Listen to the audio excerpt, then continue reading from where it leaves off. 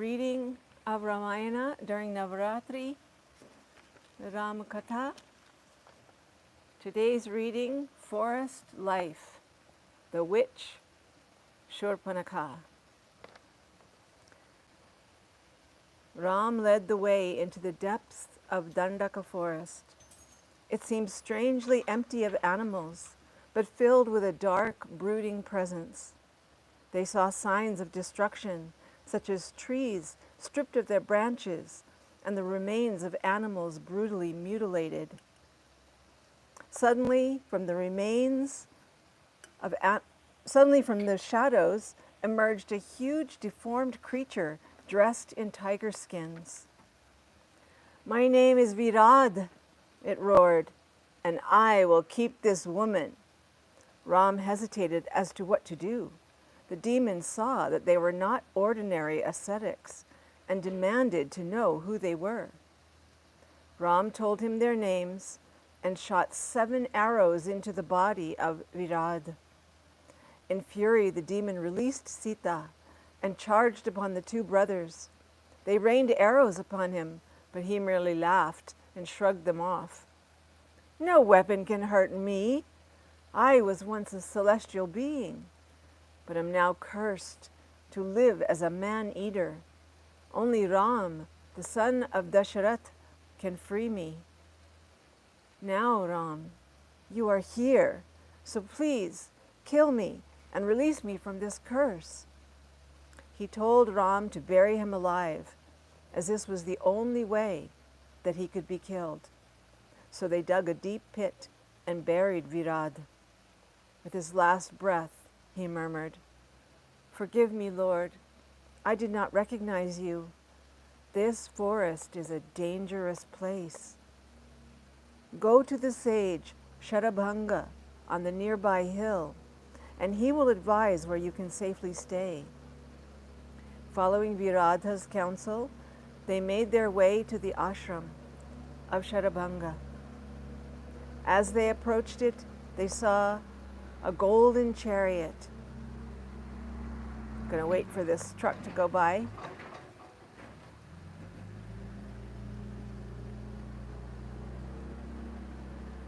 As they approached the ashram, they saw a golden chariot yoked with 4 green horses hovering in the air above the place.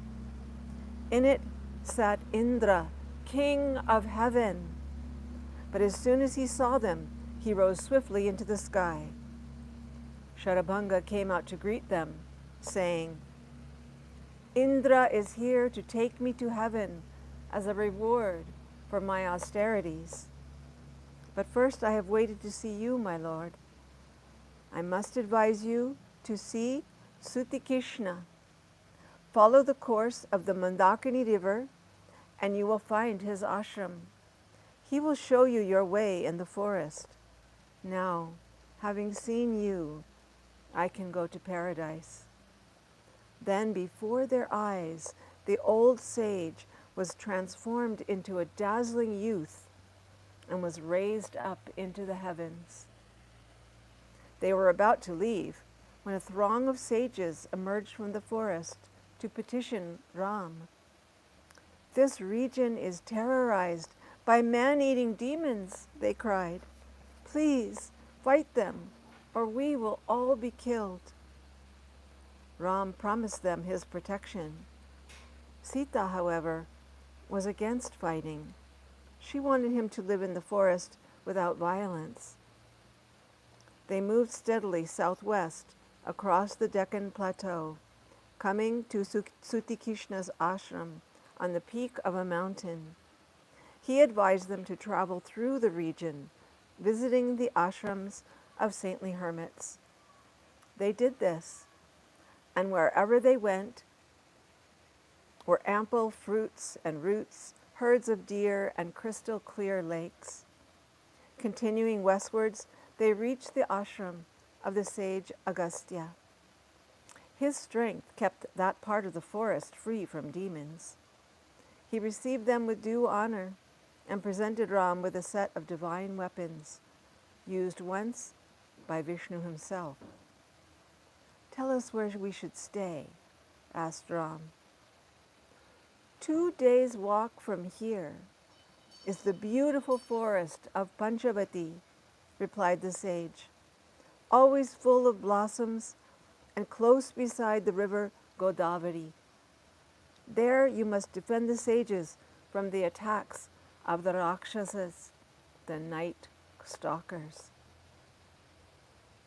Agastya's directions were clear and resolved any doubts. Using Vishnu's weapons, Ram must fight to defend the sages. So they journeyed to Panchavati, following the path pointed out to them by Agastya, until they reached the foot of the mountains of the western Ghats. As they entered the region, they encountered a gigantic and terrifying vulture. At first they took it for another demon, ready to devour them, until Ram asked who it was. It replied, "Dear son, I am a friend of your father. My name is Jatayu, and I am the nephew of Garuda,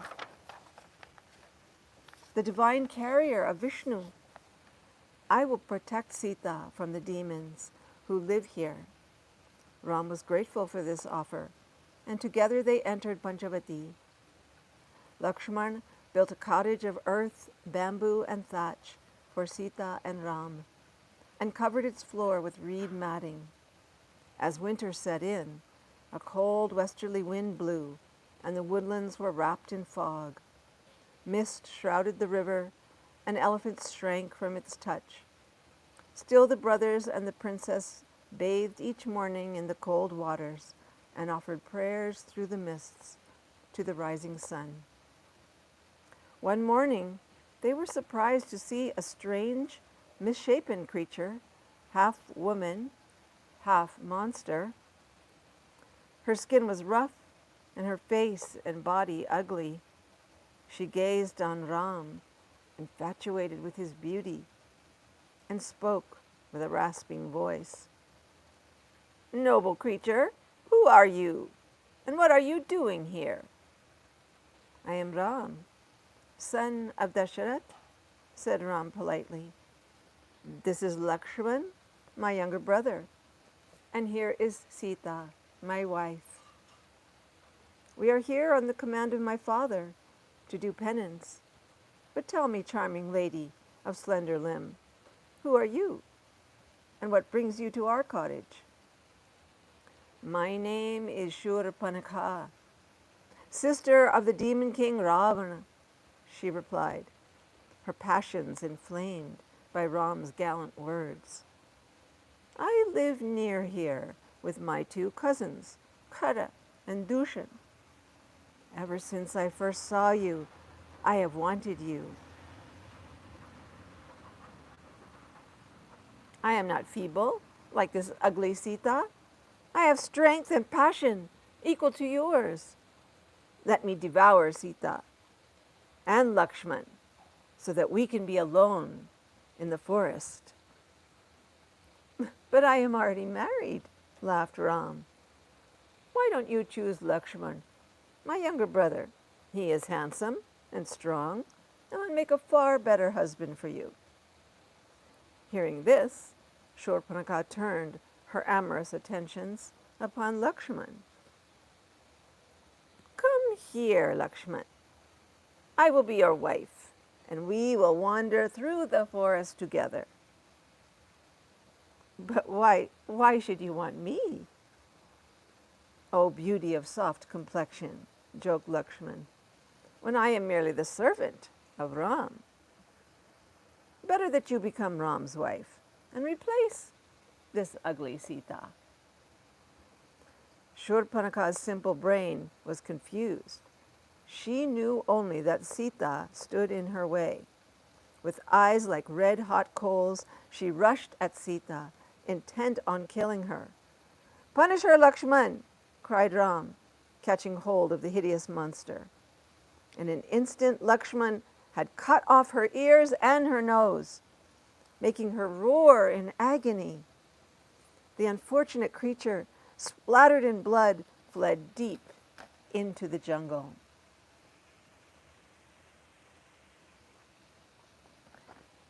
Shurpanakha flew straight to her cousin Kara and threw herself on the ground in front of him, bleeding and sobbing.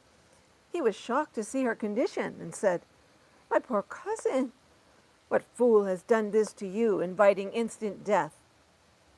Two handsome princes, Ram and Lakshman, dressed as ascetics, are in the forest with a beautiful young girl.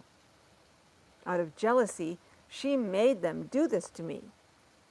I will not be satisfied until you have killed them all, and I have drunk the girl's blood.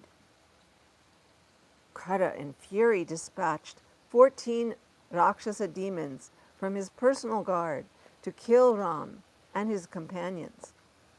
Shurpanakha led them to the cottage. Seeing them, Ram quickly ordered Lakshman to take Sita away to a safe distance, leaving him to deal with the intruders alone. The Rakshasas charged at Ram, hurling spears and clubs, but he cut down their projectiles with 14 golden-tipped arrows. He then shot another 14 arrows, killing each of the Rakshasas. Shurpanakha, pale and shaken, escaped and hurried back to her cousin. "I have sent my soldiers to avenge you," growled Kara. "So why are you now rolling on the ground like a wounded serpent?" "I have seen a terrible thing," wailed Shurpanakha. "Those brave demons of yours have all been slain by Ram.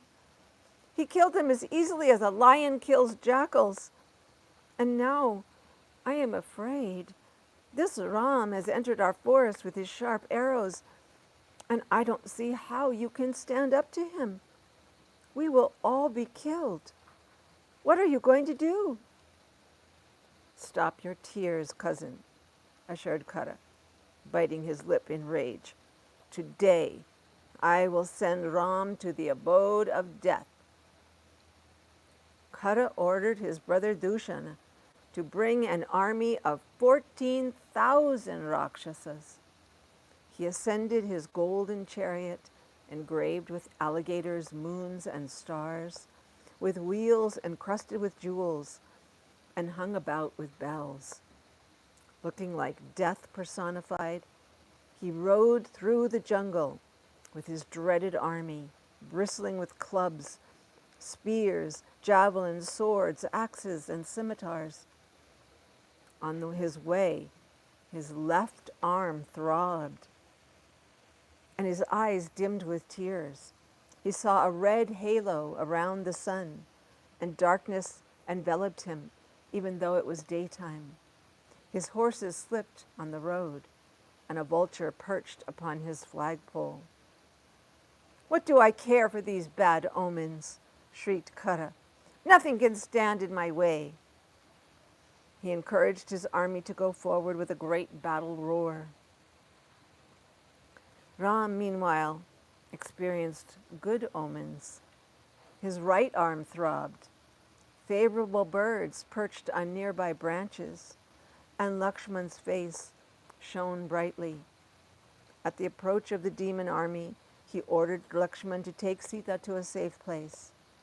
Divine beings gathered anxiously in the sky to watch.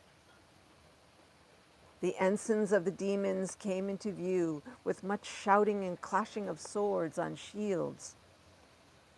Ram stood alone, holding his bow tightly before him, his knuckles white, eyes pinpointed on the approaching enemy, his arrows at the ready.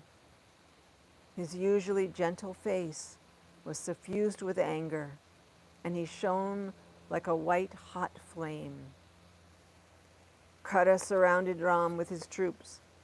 Thousands of weapons of all description rained down on the solitary hero. Ram was besieged like a mountain peak, enveloped in storm clouds, but he stood firm and poured arrows from his bow, intercepting the incoming weapons and absorbing their fury as the ocean absorbs a river in flood. His bow seemed permanently bent in a great arc as his arrows struck the hearts of the demons. He split their bows, cut their ensigns, and destroyed their chariots, driving them back to Kara. for protection. Dushan, Kara's brother and general, rallied the demons and led a fresh assault. Arrows, clubs, uprooted trees, and boulders fell on Ram from all sides. He invoked a celestial weapon, which threw back the entire host. His hands did not appear to move, only to rest on his bowstring. Yet thousands of razor-sharp arrows streamed from his bow, hiding the sun. Ram gradually reduced the demons until the ground was strewn thickly with helmets, broken weapons, and broken bodies. Out of this carnage rushed Dushan, armed with an enormous gold-plated club spiked with iron, capable of flattening a whole army. But Ram's arrows cut off his arms and killed him. Trishira, Kara's greatest champion, terrible to look upon, with 3 heads, advanced like a black storm cloud, emitting torrents of arrows and roaring like thunder. He clashed with Ram as a lion clashes with an elephant, wounding him on the forehead. Enraged, Ram released arrows, destroying his chariot and cutting off his 3 heads. Blood spurted from his severed trunk as he fell dead, and his cohorts fled terrified into the forest. Now it was Kara's turn. With fear in his heart, he discharged magical weapons into the sky and charged at Ram as a moth is drawn into a fire. He pierced Ram with many arrows and split his bow, but Ram felt the arrows as an elephant feels the striking of a goad. He took up the diamond-studded bow of Vishnu, given to him by Agastya, and released 19 deadly shafts. 6 pierced Kara's head, arms, and chest. 12 shattered his chariot and killed his chariot driver and horses, and 1 struck him in the heart, knocking him to the ground. You have persecuted holy men of the forest for mere sport, said Ram. Now reap the reward of your sinful deeds. The sages you killed are watching this fight from the sky. Now they will see you dispatched to hell. But Kara stood firm with his huge mace. What is the use of your boastful words when I am about to kill you? He retorted. I believe in action, not boastful words. You have killed all my soldiers, but now I will wipe away the tears of their relatives. Then he hurled his mace, which blazed with fire and burned the surrounding forest to ashes. As it flew through the air towards him, Ram shattered it into 1,000 fragments with his arrows. The demon uprooted a big tree, whirled it above his head, and threw it at Ram. But Ram's arrows cut the tree to pieces. Filled with anger, he pierced Kara with countless arrow shafts. Maddened by the smell of his own blood, the demon summoned his last strength to run headlong at Ram.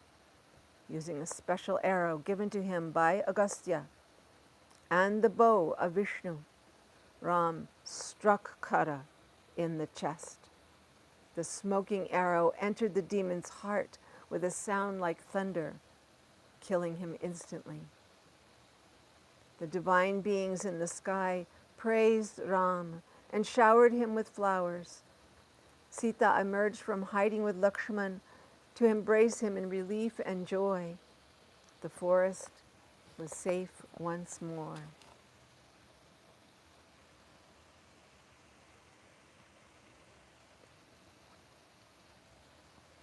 Evil Ravana. 10-headed Ravan shifted uneasily on his throne. His 20 arms and broad chest were covered with scars from countless battles with the gods, any one of which would have killed a lesser being. He listened as Akampana, the sole survivor of Kara's army, told him how a mere man had single-handedly killed his entire garrison in Dandaka forest. His eyes burned blood red and he hissed like a cobra. "Who is this man to risk my wrath?" asked Ravana. "He is the glorious Ram, son of Dasharath," replied Akampana. "Then I shall go myself and destroy him," replied Ravana. "I would not advise it, O mighty king," said Akampana. "Ram is invincible. His arrows can bring down the very stars from the sky. But he has one weakness, his beautiful wife, Sita. Without her, he will lose his will to live."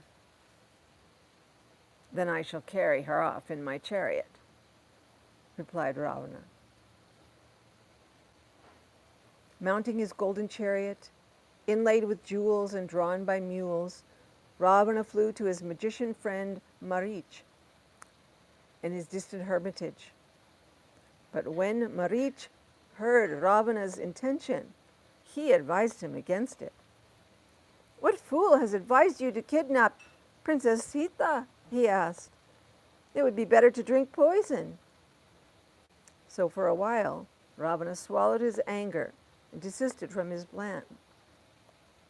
Then his sister Shurpanakha, her face scarred, came to him, eager for revenge.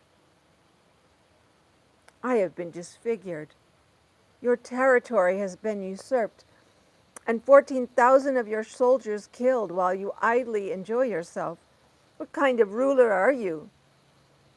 she taunted, and again Ravana's anger was stirred. "Tell me of this Ram," he said. "What is his strength? How does he fight? Is it he who has disfigured you?"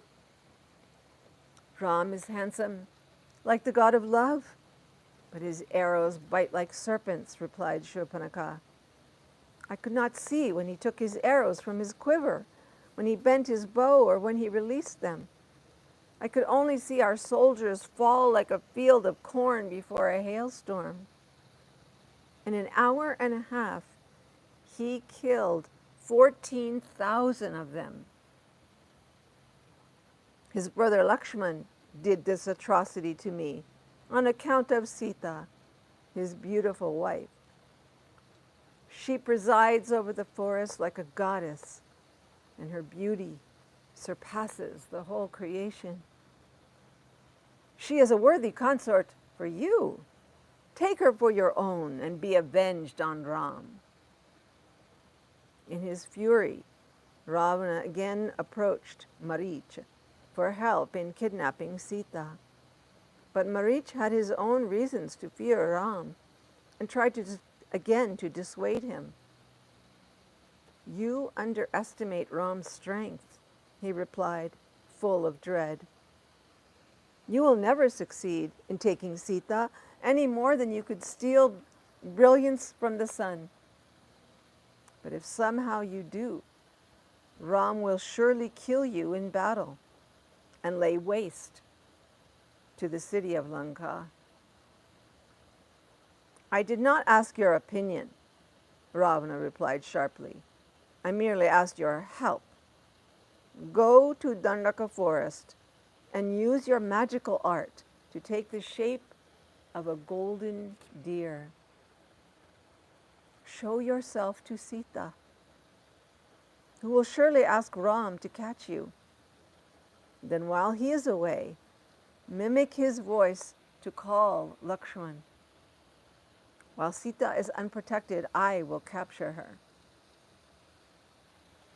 "Forget Sita, or you condemn us both to death with this perilous plan," Marich rasped, his mouth dry with fear.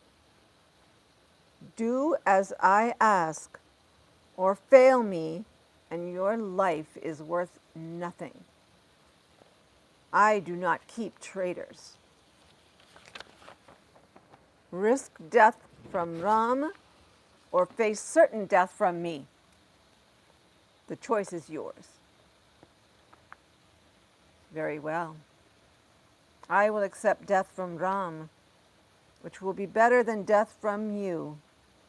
But I warn you, when he has killed me, he will come for you and destroy your kingdom. But you will not heed my words. A person who is destined to die does not accept advice from friends.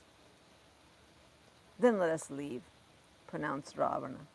And together they boarded his chariot and sped to Dandaka forest. The golden deer. Sita had gone a little way from the cottage to collect flowers when she caught sight of a beautiful golden deer among the trees. It was unlike any she had ever seen before, with horns glinting like sapphire, hoofs like gems, and golden flanks spotted with silver. It pranced and spun in circles, then cocked its head to gaze at her. She was captivated. Ram, Lakshman, do look! The brothers saw the deer, but Lakshman, ever vigilant, was suspicious. Just a moment. Beware, Ram. This is no real deer. It is an illusion of the demon Marich, who practices this deception to lure his prey. He has killed and eaten many this way. But it is so beautiful, said Sita. Do catch it for me, my lord, and we can keep it as a pet. Or you could kill it, and we will sit on its golden skin. You will have this deer, alive or dead, promised Ram. If, as Lakshman says, it turns out to be Marich, I will slay him, just as he has slain so many. Ram made Lakshman stay with Sita to protect her, then took up his bow in pursuit of the deer. He tried to capture it, but it fled deep into the forest, luring him far from the cottage. Growing uneasy, he decided to kill it and sent a flaming arrow into its heart. Struck to the core, and on the point of dying, Marich shed the illusory shape of the golden deer and revealed his true monstrous form. But in agony, he cried out, mimicking Ram's voice, Alas, Sita, Lakshman, help me, and gave up his life. The forest fell silent. Ram felt his heart grow cold with fear for Sita. He sped back in the direction of the cottage. Sita and Lakshman had heard the plaintive cry, and Sita appealed to him to go and help Ram, but he did not stir. Why don't you go? Princess, there is no need. Your husband is invincible, and no one, demon or god, can harm him. What you heard was not Ram's voice, but a trick of Marich. Ram has ordered me to protect you, and I cannot leave you here alone. Are you Ram's enemy? That you want him to die? So that you can possess me? Cried Sita in outrage. Is it me you have wanted all this time? You deceitful and cruel man. Her words cut Lakshman to the quick. Very well. I will go to Ram. He spoke in anger and in hurt. But you are in grave danger. May the woodland deities protect you.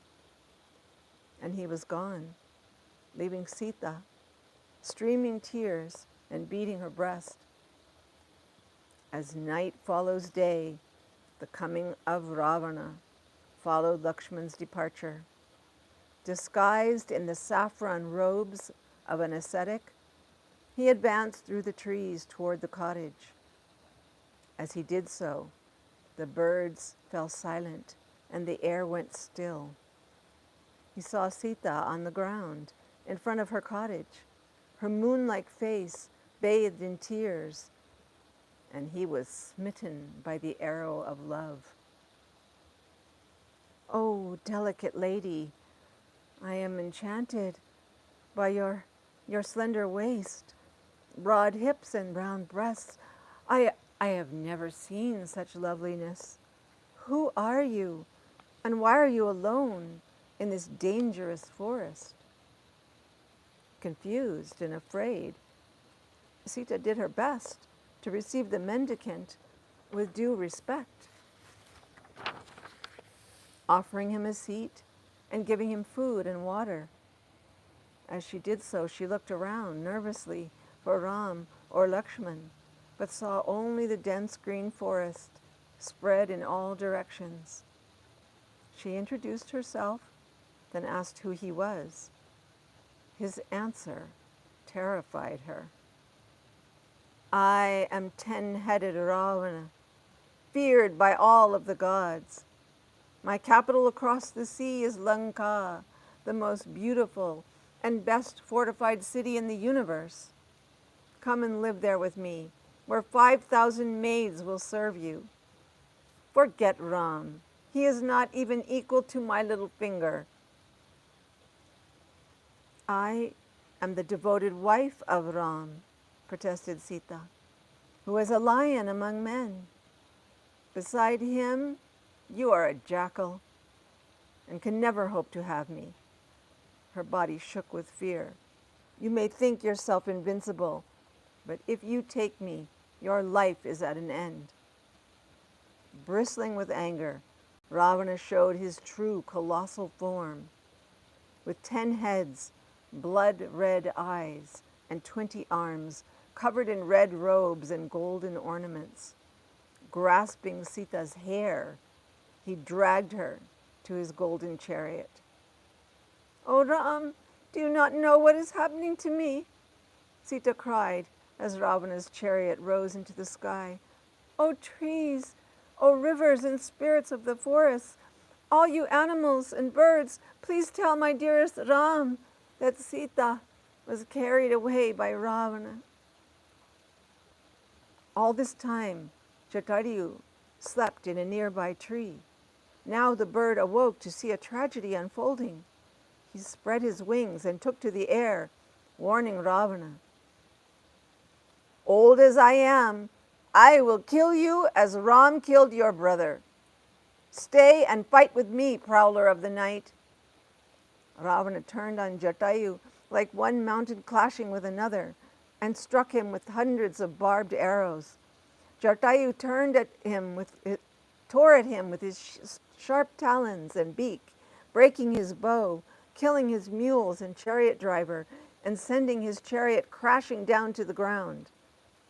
Ravana held Sita tightly as he fell to the ground. Then, leaving her, he rose once more into the sky by mystic power alone. Jatayu swooped down upon his back and slashed at his head and shoulders, tearing off his 20 arms. But as each arm was lost, another one grew immediately in its place. The aged Jatayu grew tired while Ravana's fury intensified. He severed Jatayu's wings and he fell to the ground, able to rise no more. Sita cried bitterly and embraced Jatayu as he lay dying. She tried to flee, but laughing, the cruel monster took her by her hair a second time and lifted her up into the darkening sky. In the heavens, the gods watched. "Our purpose is accomplished," they said grimly. "His destruction is now certain. Nothing can save him from the wrath of Ram." "You shameless creature," Sita cried. "My lord will pursue you to the ends of the earth, and once he has found you, your life will not last 1 hour. You are caught in the noose of death." As Ravana's shadow sped over the forests, Sita spied far below 5 great monkey chiefs seated on a mountain peak. She tied her jewels in her silk wrapper and threw them down, unnoticed by Ravana. The monkey chiefs received the jewels and looked up with unwinking eyes. They saw Sita, her face wet with tears, coursing through the air in the grip of Ravana. Unaware that he had been seen, the evil monster flew on to Lanka, carrying in his arms his own death in the form of Sita. The empty cottage. Ram had gone further from the cottage than he intended. As he hurried back, deep in the jungle behind him, a jackal gave forth a lonely howl, sending a shiver down his spine. He knew the Rakshasas would want revenge for the terrible defeat he had inflicted upon them. Now, with Maricha's trick unmasked, he feared the worst. How could he have been fooled so easily? His only hope was that Lakshman had not been taken in by Maricha's call for help, false cry for help, and had stayed with Sita. Yet his worst fears were confirmed when he met Lakshman coming alone the other way, his face ashen. "Where is Sita?" Ram called out in dismay. "I fear that some demon will have carried her away or killed her." Lakshman, realizing his mistake, remained silent.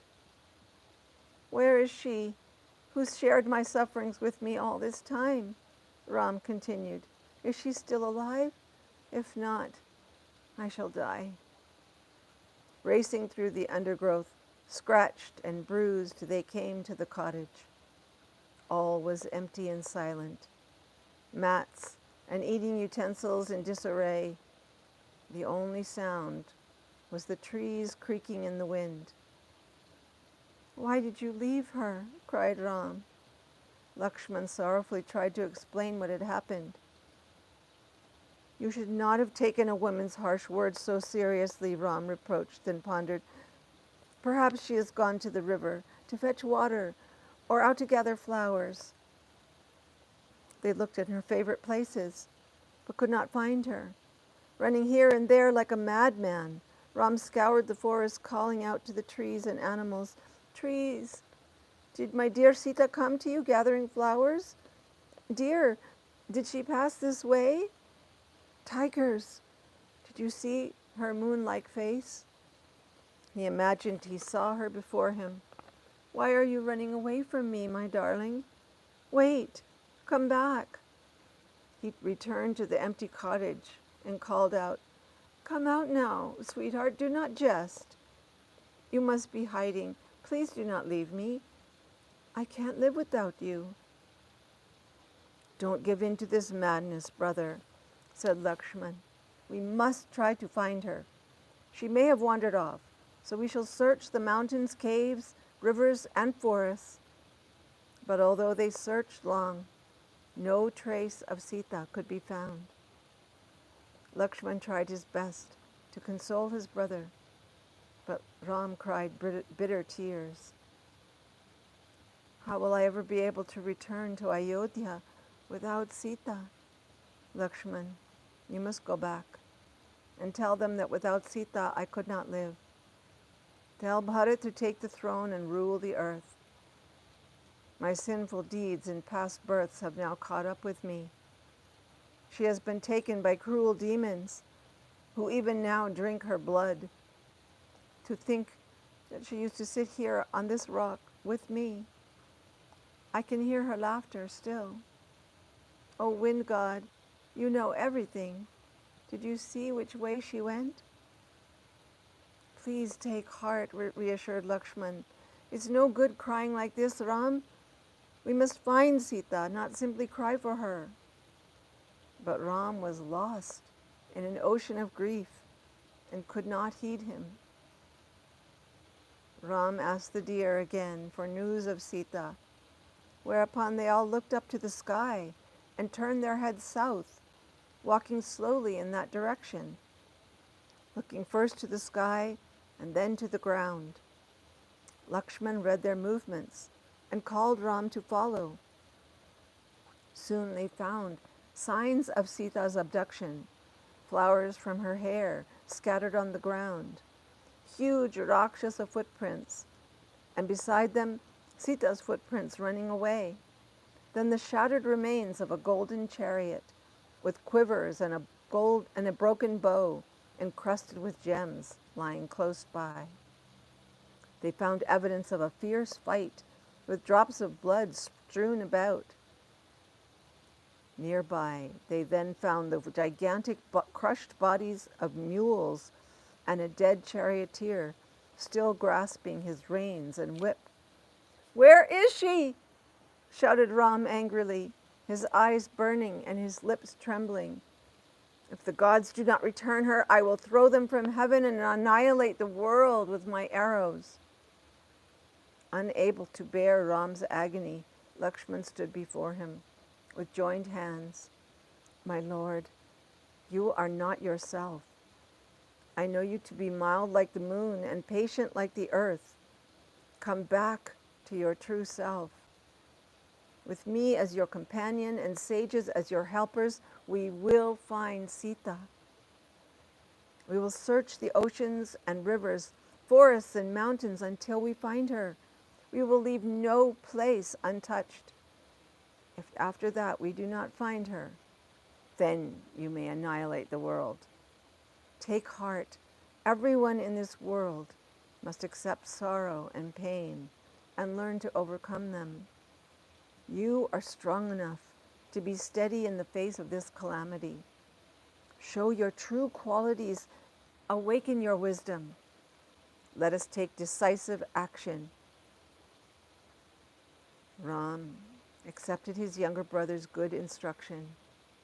Controlling his anger and grief and leaning on his mighty bow, he recovered himself. "What shall we do then, good brother? Let us first search the entire region, gorges, chasms, valleys, and caves, all the places loved by demons, and then consider what else to do." They set off, bows in hand.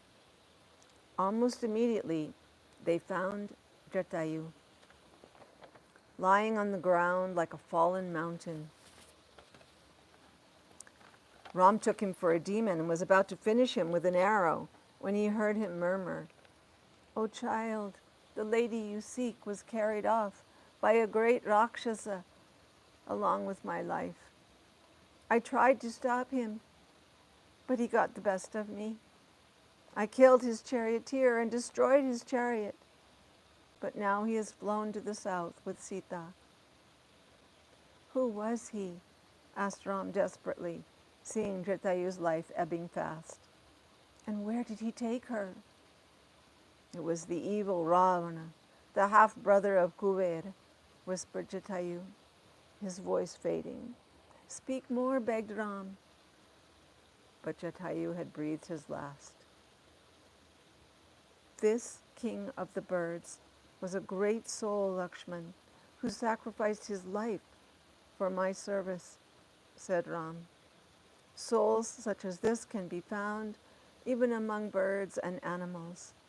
He was my devoted servant, and his passing pains me as much as the loss of Sita or anyone. Fetch some wood so that we may give him a worthy cremation and help him attain the reward for his great sacrifice." They burned Jatayu's remains and chanted prayers over him. After bathing in the river, they offered fruits in his memory and found peace in their minds. Then they put that place and its memories behind them and set off to the south in search of Sita. The search begins.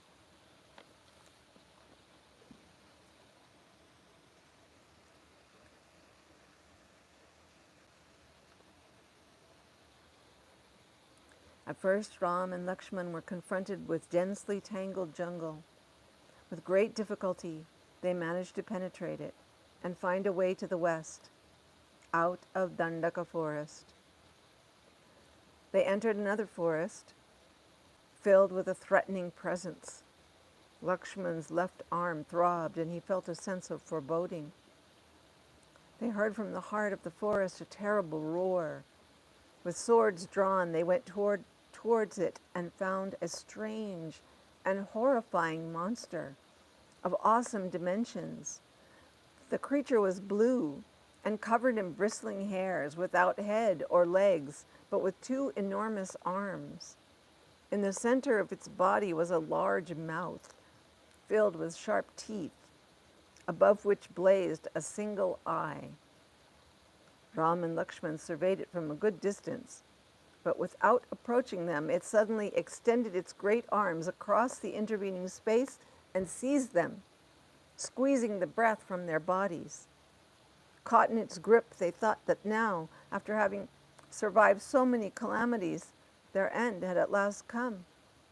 But as the monster carried them toward its mouth to swallow them, they were able to draw their swords and each sever an arm at the shoulder, rendering it powerless. It spoke to them. "Who are you two heroes that have so fearlessly overcome me?"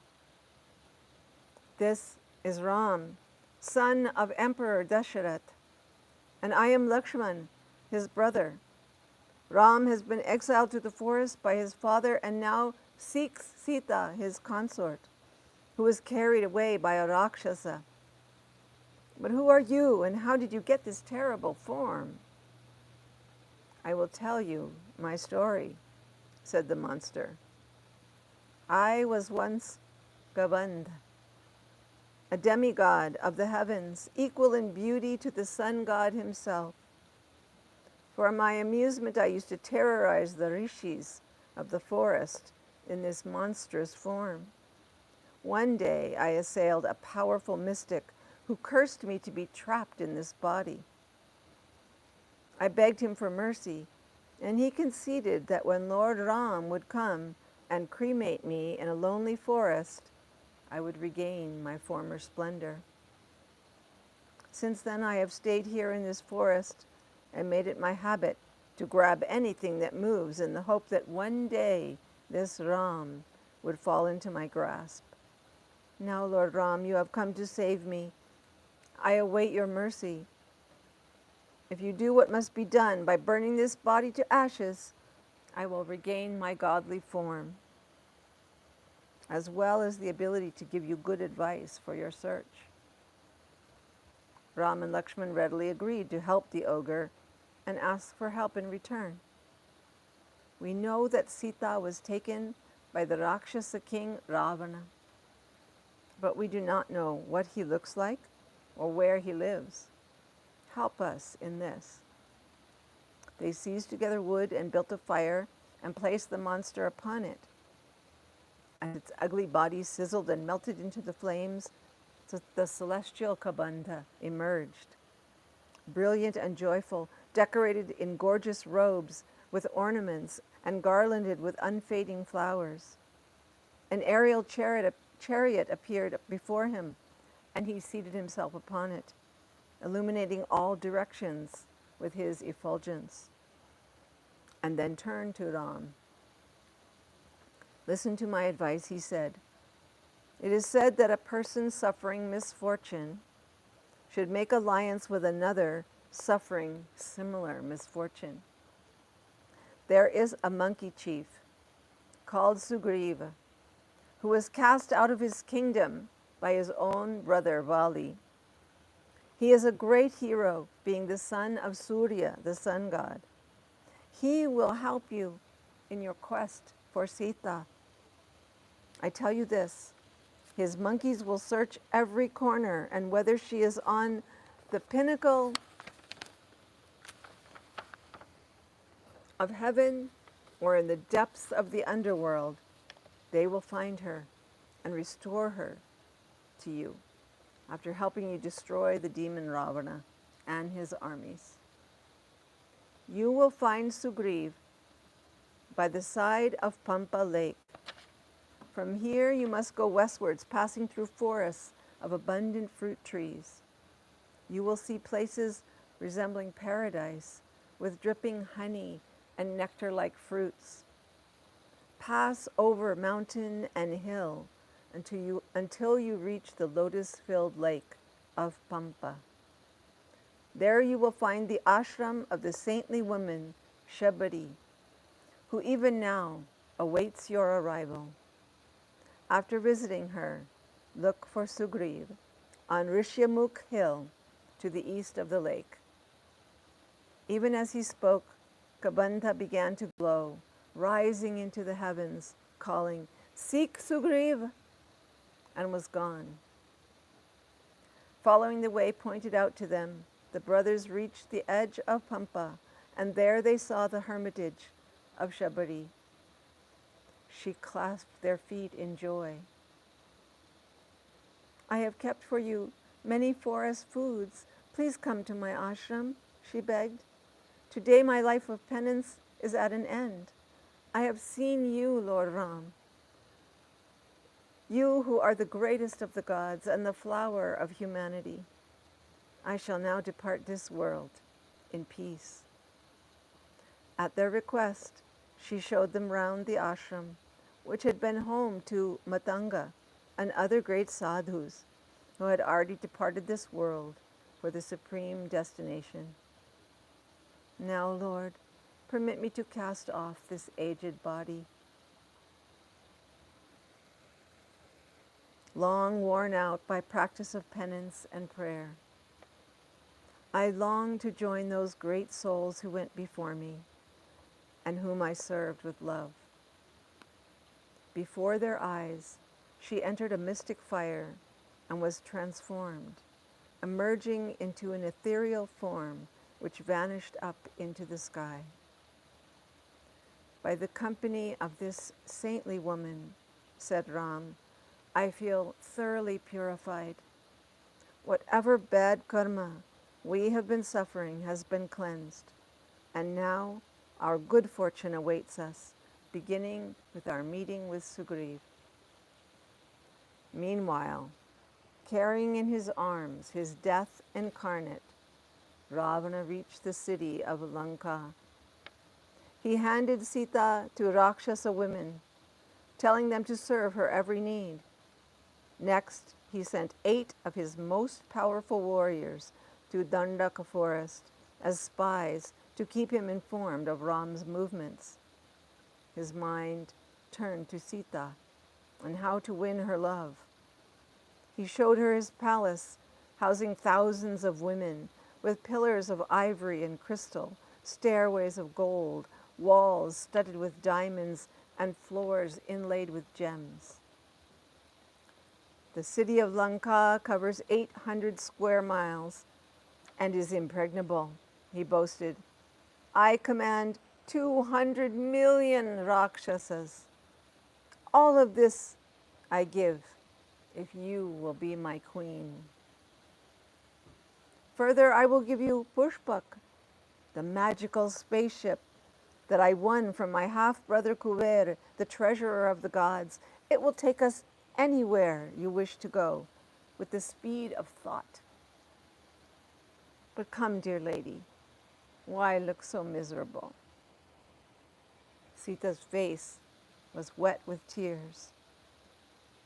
"You have unlawfully kidnapped me, you evil monster, and your death is sealed. You can keep me in chains or put me to death. I will never give myself to you. I will give you 1 year to surrender to me," growled Ravana. "After that, my sweet, I will have you cut into pieces and served for my breakfast." He called the Rakshasa women. "Take her to the Ashoka grove and hold her captive there. Give her no rest, but torment her until she agrees to surrender to me." Sita, thinking only of her lord, fainted and was carried away.